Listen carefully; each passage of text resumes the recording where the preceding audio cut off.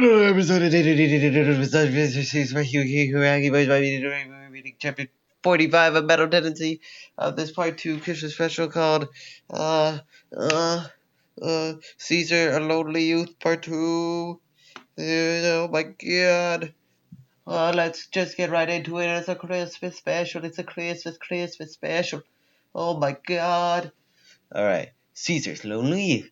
Jojo, you jackass. Traps? Cars would have laid traps inside the mansion just because it's daylight. Is that what he said?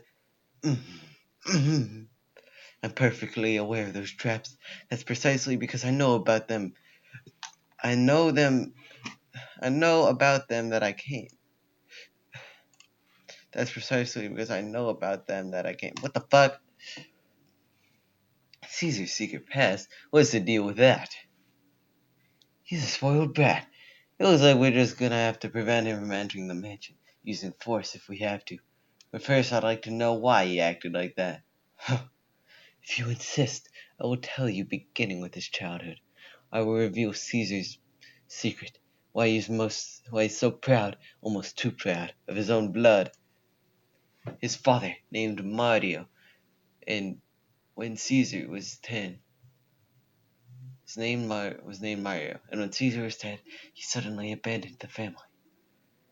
Until then, Caesar had always seen his father as the greatest carpenter in Naples, a man who loved his family like any good Italian, and whom you could trust. His mother was already dead, and for Caesar, his father was the incarnation of the ideal man. That same father, without any explanation, had abandoned his family, his house, and his work, disappearing to God knows where. What the fuck? Okay, wait. God knows where. The 10-year-old boy was deeply shocked. Additionally, their father had left them some savings, something to live on.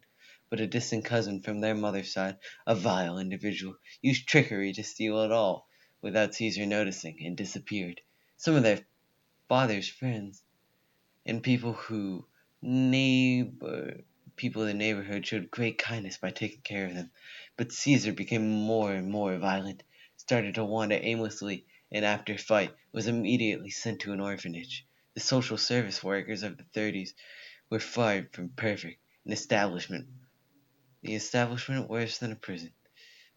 Caesar hated his father. I bet he found a girl and is enjoying a happy life. I'll find him and kill him. Sometime later, Caesar, who had run away from the orphanage, ended up sleeping in the streets of some poor district of Rome. With the desperate ferocity of the one who gave up on his youth and future, Caesar became a daredevil criminal. Theft, burglaries, fights, arsons. The only crime he hadn't committed yet was murder. He never made any blunder. Even the adults from the underworld feared him. Kid, you are called Caesar, right? What's your family name? I don't have one. Oh, tell me. You can't be Italian, then. Italians are proud of their family name. When fighting some hoodlum in his way, Caesar was not showing any pity. Usually he would give him a thrashing with a wrench. That's enough to prevent someone from walking for a week, but his punch he would deal afterwards. That was the feared hit. The blow was really peculiar, like charged with electricity. The victim would stay in a coma for a month. That was a hint to his ripple talent, but he was unaware of it at the time. A horrifying youth. And when he was 16, 4 years ago, Caesar came across his father, Mario. That piece of shit. That's him, all right. So he was in Rome. At that moment, deep inside of him, Caesar knew he was about to kill his own father. I'm gonna follow him, and once I've noticed how despicable he is, I shall kill him. But to his own surprise, when he expected to go have some fun, instead he went down to the basement of the Colosseum. What is this place? Oh, the pyramid! Oh, the pyramid! What the? Huh? Where did that scumbag go?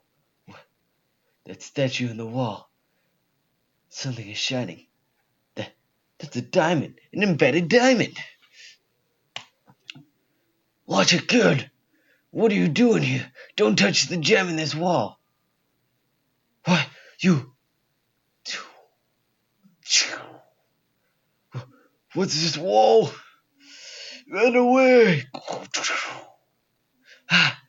Caesar was completely won. Don't come any closer. That's that's one of their traps.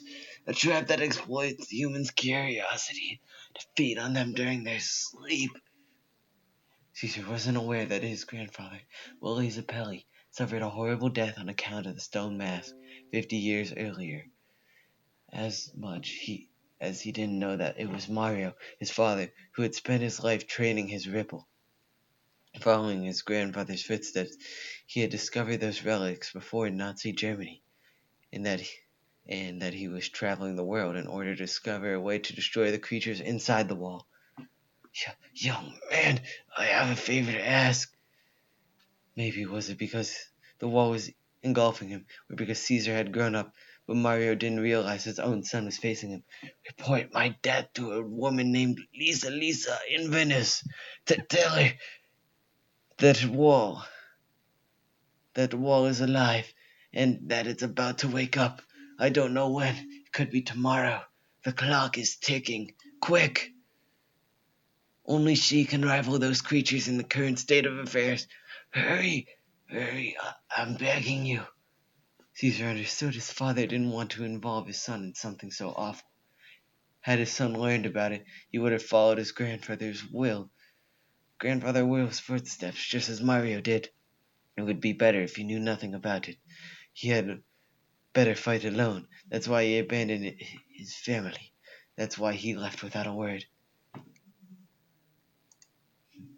Father! Such a deep hatred, born from Caesar's mistake, turned into an immense pride for his father, his family, and Caesar, following his father's footsteps, began training in the Ripple. So that's it. Cars is the murderer of Caesar's father. I'm sorry, Caesar. So sorry about the things I said on your feelings for your family.